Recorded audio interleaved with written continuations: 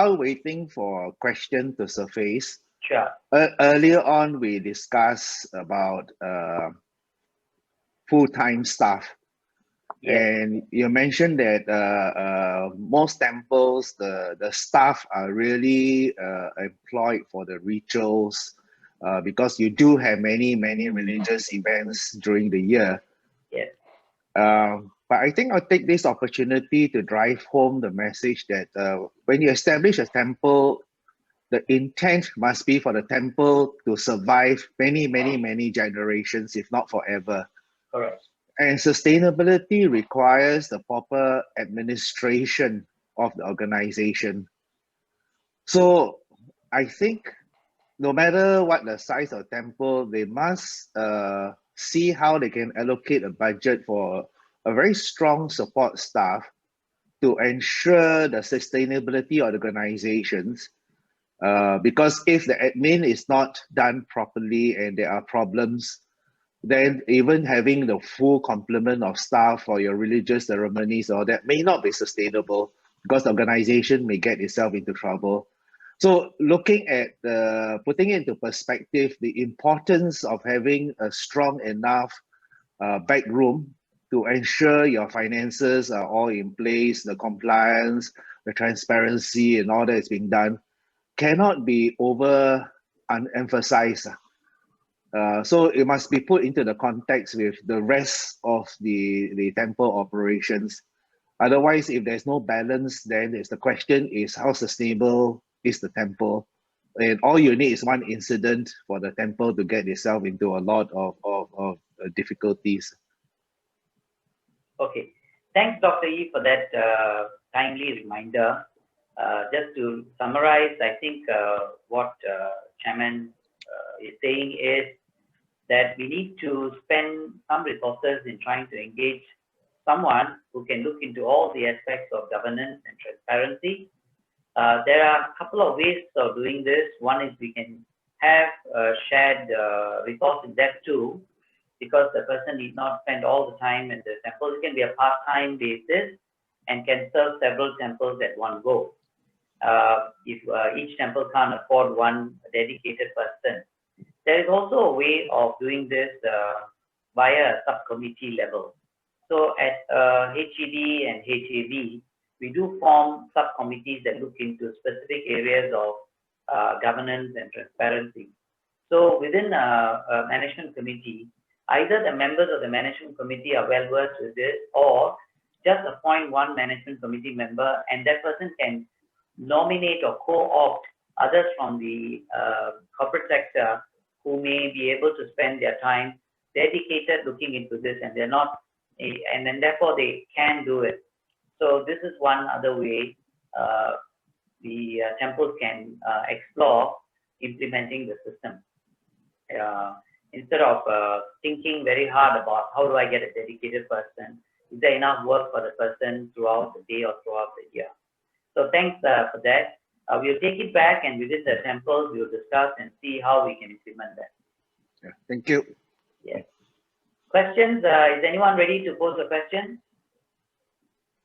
This is a golden opportunity. We have Chairman of Charity Council, Member of Charity Council here.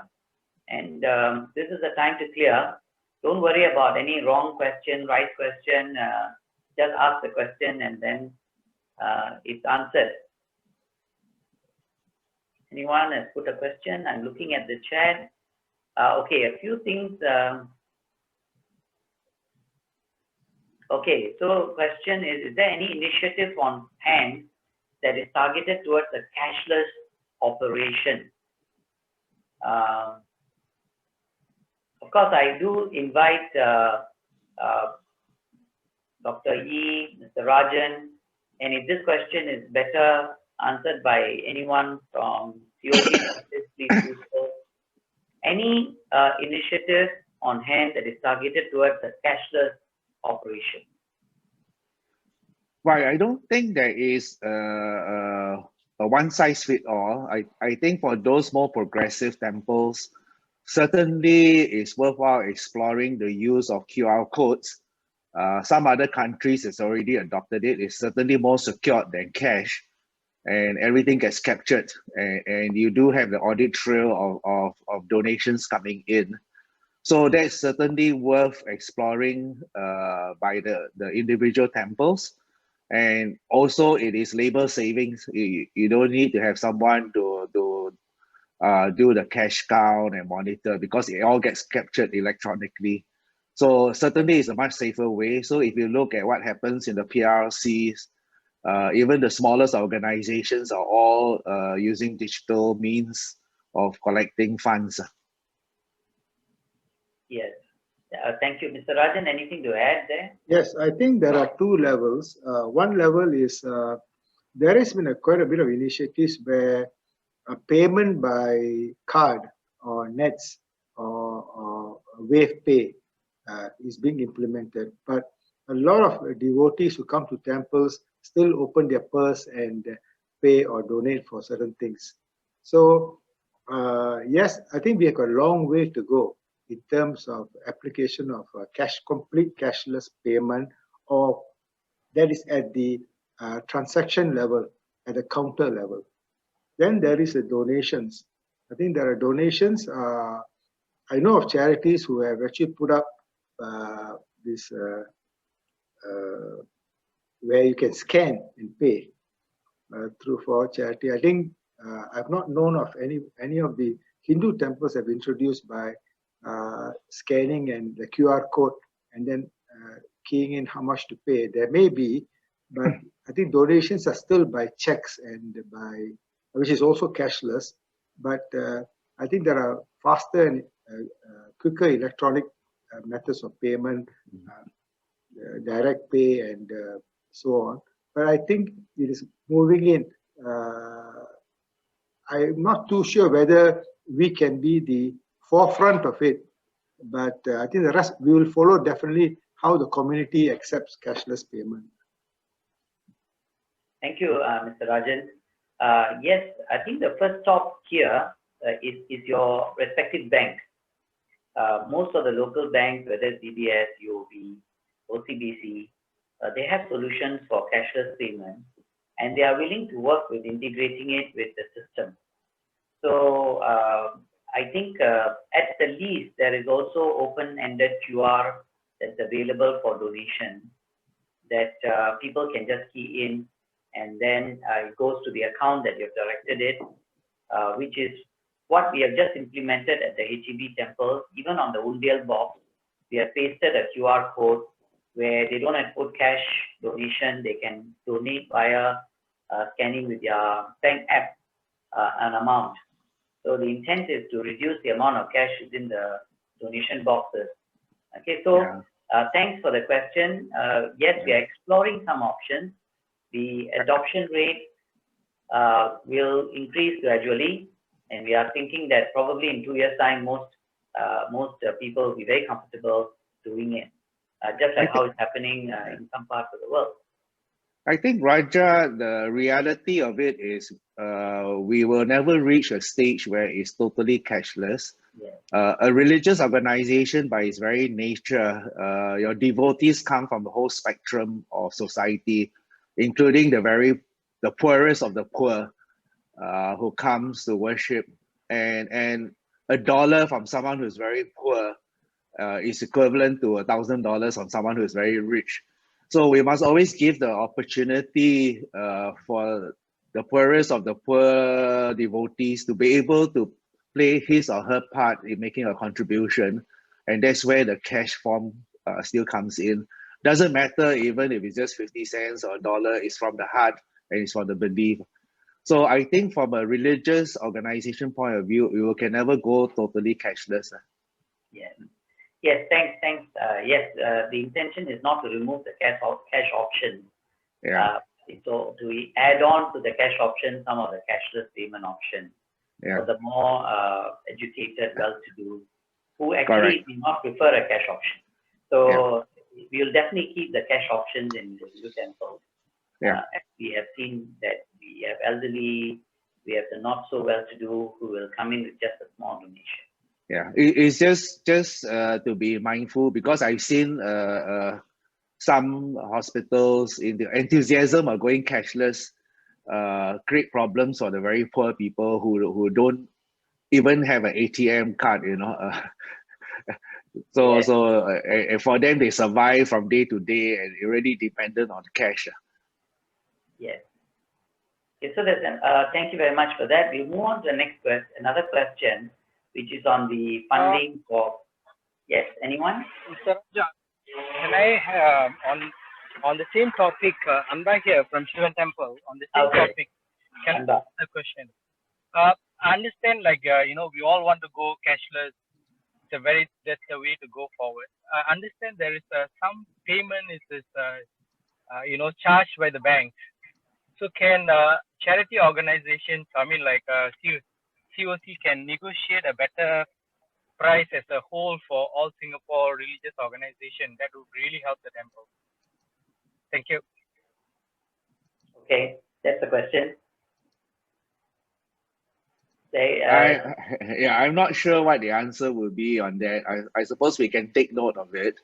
But I think every bank has its own policies, and maybe some of the bigger bank, Post Bank with DBS might be willing to consider it. But I think we can take note of it and take it off cost.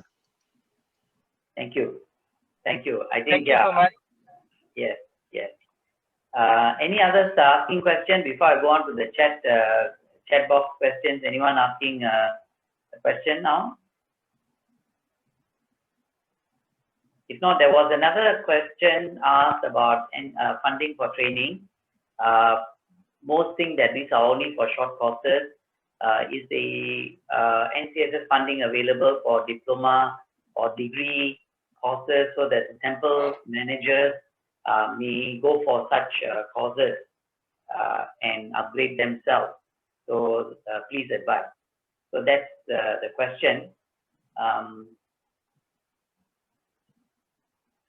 Dr. E or Mr. Rajan, is there any inputs on that, or can we answer this later directly to the person?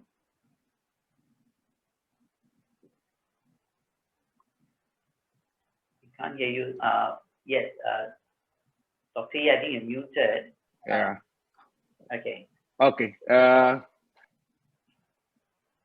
Muted again, I think. The question is whether we can go for formal certifications rather than the short courses. No, I think there are some courses that has been arranged with SUSS, and I think that qualifies for subsidy as well. So Right. There's a whole range of courses, and the one that's launched with SUSS was specifically to help people in the charity sector to upgrade itself. Yeah. Yes, COC's office signed an MOU with SUSS, a modular level, I suppose, is stackable towards a formal qualification. SUSS being a university for working adults. Mr. Rajan, anything to add on that?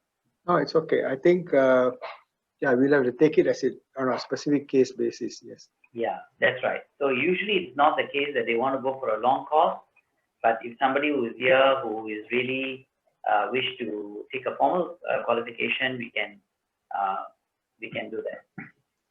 Yeah, I think the other thing Hui Ting has posted, just to take note, on digital payments, charities are encouraged to refer to the recently issued Charities Go Digital Kit, which provides examples and resources to help embark on digital payments adoption. So there are some advice already that is being issued. So if you can take note on that. Yeah.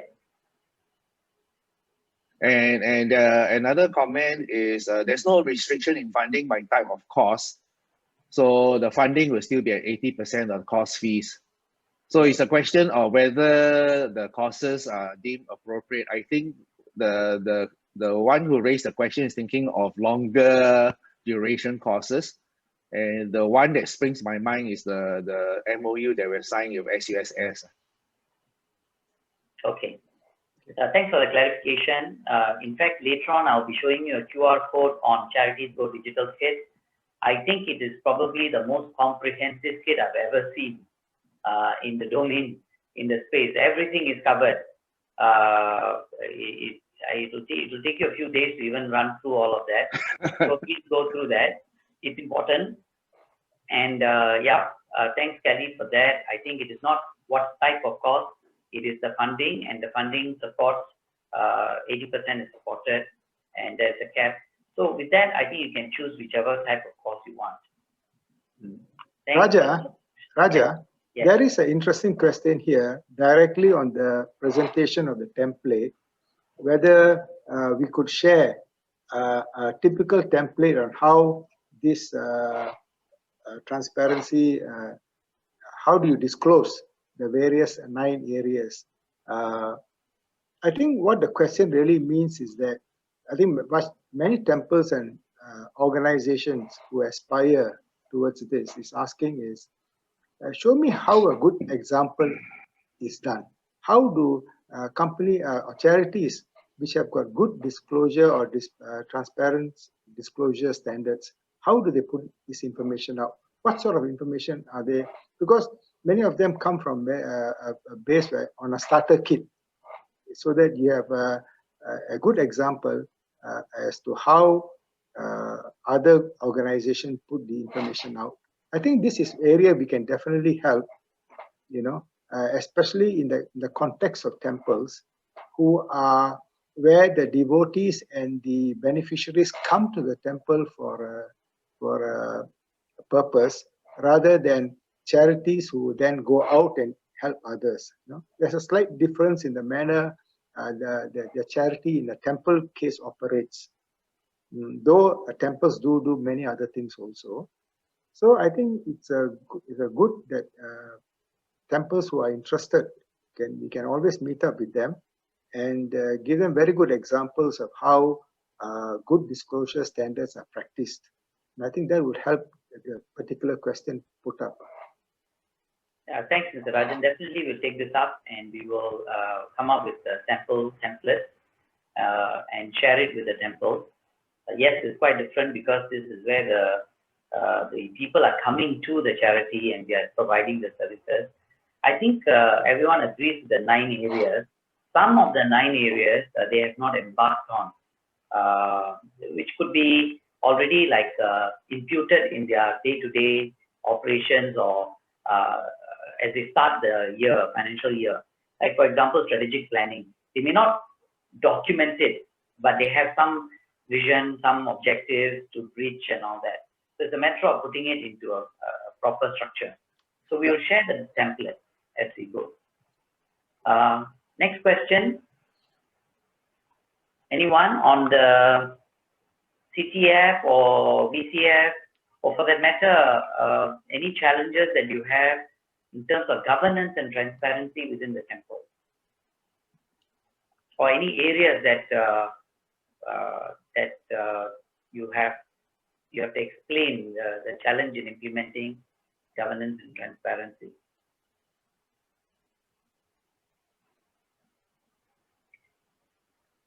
There's one comment in the chat box, getting external auditors who knew the Hindu temple operations is very difficult. Can NCCY or HEB help to get panel of auditors for us to choose? Of course, NCCY and HEB can assist in shortlisting some of the smaller audit firms that are familiar or have done audits of Hindu temples before. We understand that in order to understand the Hindu temple operations, you need to have some exposure, but everyone starts at some point, right? At a particular point. There have been companies who have come in and they've done an excellent job, though they started new. It only takes one cycle before they understand what are the various areas to focus on. Yes, Hindu temples have got specific areas such as jewelry management and so on and so forth, which I think the auditors will be able to catch on quite quickly. But nevertheless, we'll try to shortlist a few and share that, and even go under the VCF funding as a collaborative project or facilitate your application. We'll do that. Still waiting for questions to come. from those who are listening? I have a question. This is Muthu. See, on cash handling, yes, we have streamlined it. What would be good is to really provide some guidelines on managing the gold and silver inventories that we have great help to all the temples, because that needs to be improved and improved on. Yeah. So, anything on the particular topic or? Yeah. For me, I was hearing your audio a bit this thing, but let me repeat the question so it's correct. You are talking about silver and gold ornament management. Yeah, that's right. Yeah. Mr. Rajan, maybe you want to comment on that first before. Yeah, I'll just make a few comments. I think this is the most vulnerable part of donation received and accountability, because it can vary from a few grams of a gold chain, which can appear and disappear very fast if you're not careful, if you know what I mean. It also can mean to what looks like gold, but it's not gold, it's gold plated. There are some of the technicalities in this. And then there are gold ornaments with stones attached to it. It may weigh quite a bit, but most of them are actually artificial stones. So its actual valuation is not easy. And to meet the accounting standards, I know it's quite tough, because gold jewelry is a gold jewelry, but most of its weight is not gold, but it's actually colored stones and decorative stones, semi-precious stones. So that is one about valuation. Secondly is the daily keep. Good temples, I know, good procedures where every evening gold items are identified, photographed, weighed, and described and kept before they are audited end of the month or when the time comes. So this becomes a discipline. I think most of you all know this has been a challenge, and there have been cases even of late of issues like this. And we are still improving it, basically on the collection, holding, and storage of these gold and semi-gold items. It is something devotees find it very close to their heart to give. And it is something we should respect and treat it with great respect. They also expect a lot of these gold items and change to be adorned for major festivals. And that is again, you have to manage the expectation of the donors. So having the, we are talking about gaining the trust and the faith of the donors. And here again, we need to explain to them to what use and what end are these gold and ornaments to be put to. So there are two issues here. One is proper valuation and safekeep. And secondly is meeting the expectation of the donors. Both have to be managed. And I think for the first one, it's a lot of discipline on a daily basis with proper accountability and receipts. Yeah. Thanks, Mr. Rajan. That's useful. I think this is something that most temples are grappling with. HEB can share our gold management procedures, which are quite comprehensive. And you have to tweak it to your own temple processes. The ultimate goal is to ensure that these precious items are kept safely and used safely, and they don't go missing. So that's the idea. So there are two parts: safekeeping, and then there's movement. And there are quite a lot of festivals, so that movement is quite high. We need to have the right sign out, sign in processes put in place, and that has to be audited more frequently than some of the other processes. Thanks for that. There's just one. There's one just came in. What guidelines are available for fundraising from overseas sources to websites such as GoFundMe or other sites? Any idea about this? I think there is, if I'm not mistaken, there is some declaration to be done beyond a certain quantum if monies are received from overseas.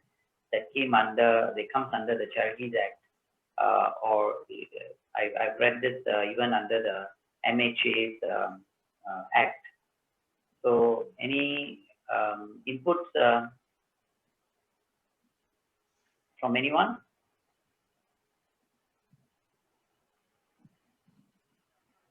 I think we should be careful though in terms of fundraising overseas because we don't know the source of the fund. So what, as long as an individual or a company is resident in Singapore, registered in Singapore, regardless of whether they are foreign or not, you are allowed to take the donation. But the minute it's remitted from overseas, then there is some conditions and declaration of sources. I can share the specific details later via circulation. Yeah. Okay, so any others asking questions? I'm going through the chat once again to see whether there's any question type. There are comments, there are requests for sharing of slides and all that. Yes, those will be done. There was one question, one request whether we can share the text of COC's speech. That one I have to ask COC's office, and then we will share if possible.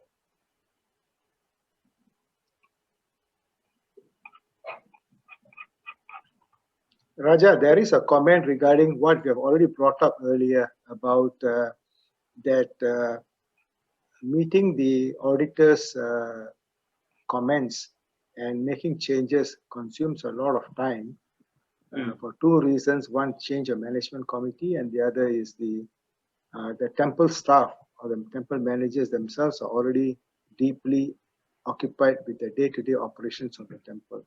But I think here we have to find a way to enlarge the base of volunteers or subcommittees who can take on this role. It cannot be left as it is. We know that we are definitely getting to be a more open and challenging society with social media, with information all around, and we have to keep up with the standards expected. So I think a lot of temples need this help in terms of getting capable volunteers or subcommittees who specifically look into it. Depending on just managers to do all of this, yes, would be challenging even for private companies, small private companies, let alone charities. So it is not something foreign to organizations, but definitely we understand the challenges. But I think, I know the HEB temples, for example, do go around and trying to get volunteers or subcommittee members from a more broader talent base who can then help a few times a week in the evening to put the standards and procedures in place. Once they're in place, I've noticed even in organizations outside, once the system is in place and the inertia is overcome and the people are trained, then it becomes routine. But it is the first few steps that's very painful and very difficult because everybody is busy and they are all in their comfort zones. And to break them out, you need education and training. Dr. Yi, I think this is not unique, like what Mr. Rajan said. Yeah. The one thing I think everybody is grappling with the change of management committee when an initiative is halfway through or an audit report is not, whatever findings audit report is not implemented. So what is the advice to how to handle that? When a new management committee comes in, they inherit a lot of these, Well, as I mentioned just now, I think in the spirit of sustainability, every organization must find a way to allocate a part of the budget towards have a strong admin capability to make sure that all the functions are properly practiced so that the organization can continue to exist for many, many generations. Depending on volunteers itself, the downside, basically, volunteers comes and go and there are changes and you're always restarting again, familiarizing the new members who have just joined and so forth. And commitment itself is difficult in terms of continuity, quite unlike when you have a full-time staff to manage it. Sure, of course, it increases expenses, but at the end of the day, is a question of your size of your operations, and it's a question of having allocated a certain percentage of your budget towards it. No point keep growing the organizations when your base itself, the support base to ensure its sustainability doesn't exist. Is standing on sand. You know, one of these days something will happen. So it is expenditure that you cannot avoid, and the larger the organization grow, the greater will be the expense, and that will ensure itself the sustainability. And having a strong base administration gives people the confidence that is well run and so forth, and in turn gets you more support and enable you to keep on growing. Yeah, thank you for that. Okay, so we are coming to about 10:15. Can I just ask anyone asking the last question? What I thought as we were talking is that while you're giving the QR codes for the charities go digital, and I thought of I just kind of opened that brochure up, so it may be quite useful for us to even look at the span of things that it's covering. That'll be useful, which I don't think we have it at the moment.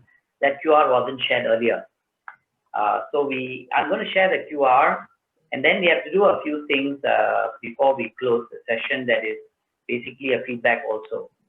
But rest assured, somebody is taking notes from HEB, and we'll follow up with some of the queries and questions and assistance that are required. Okay, so we are somewhere along the end of the question panel session. Anyone who's asking challenges with the community? Yeah, the question that has just been posted on the chat one of convincing new committee members on the importance of governance and so forth. I think basically it's just understanding that governance is the backbone of the organization. Without good governance, the organization cannot continue to exist. A lot of things will go wrong. So anyone who joins the board or who becomes a member of the board must understand that at the end of the day, what are they there for? Board members provide oversight to make sure that everything is being run properly, and therefore the organization will survive, as I said, for many, many generations. So that must be the starting point, the responsibility of every board member itself. Yes. Yes. Thank you. So, is it okay? Any other questions? If no other questions, I would like to thank Dr. E and Mr. Rajan for taking us through this panel and answering the questions that were posted or asked by the members here. I thought, like I said earlier, just show the Go Digital brochure. Just run through. We are not going to read all of it, just to show you how comprehensive it is. Okay, just give me a minute. I'll share that first, and then that will definitely be useful for a lot of us. So, can you see the brochure? Yeah. It's quite. Free. Hello. Okay. Okay, so this is quite graphic heavy, so I think it takes a bit of time. So this is especially answering to the question that was asked, how do we go cashless and so on. So there's quite a lot of material, and it's also instructive in the sense what to do, how to do, and so on.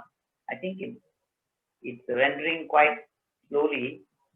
I'm not sure whether I'll be able to even move it fast enough. So if it is not working well, then I don't want to spend time on this. Cyber security, this is important. The PDPA data protection, because I think we are collecting and increasingly collecting more data at the temple level, especially when you're having a system. Okay, and this is what I mean by digital solutions available: accounting system, business intelligence, cybersecurity, and asset management, document management, ERP, human resource system, and so on. Under stakeholders, of course, you have digital engage. How do you engage your stakeholders? CRM, grant management, if you're giving grants, volunteer management, donor management, fundraising management. So yes, it's nice to put all of this. This brochure also tells you how to apply for them. So then you'll come back to the VCF funding to actually apply for the various funding. So we will share this soon. So there is the slide that NCCY had provided, which actually gives these, let me go to that. Yes, there's one other slide I need to share,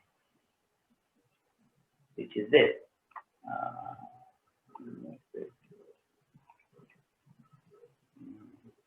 Trying to move the, okay, and it goes slide mode. Okay, so the VCF funding brochure is available in this QR. So even if now, if you want to scan the QR, you can, or I will send you this slide also. And then the Charities Go Digital Kit is available through the second QR at the bottom of the slide. The link is provided. So this will be shared with you. And